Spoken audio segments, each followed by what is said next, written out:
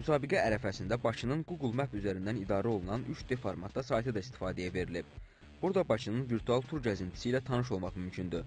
Bu məqam Azərbaycanda turizmin inkişafında xüsusi önəm kəsb edəcək.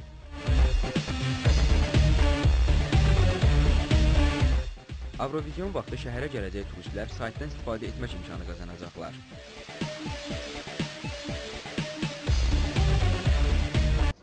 Saytın özəlliyi ondan ibarətdir ki, indi qarşıda gələn mahnı müsabiqəsində xaricdən gələn qonaqlar Azərbaycanla, paytaxt Bakı ilə daha dəqiq tanış olmaq məqsədi ilə sayta daxil olub, bütün Bakı haqqında ümumi məlumatlar əldə edə biləcəklər. Baku 3D saytı paytaxt Bakıda olan muzeylərin, məscidlərin, tarixi yerlərin, mədəniyyət ocaqlarını 3D formatda özündə birləşdirməkdir.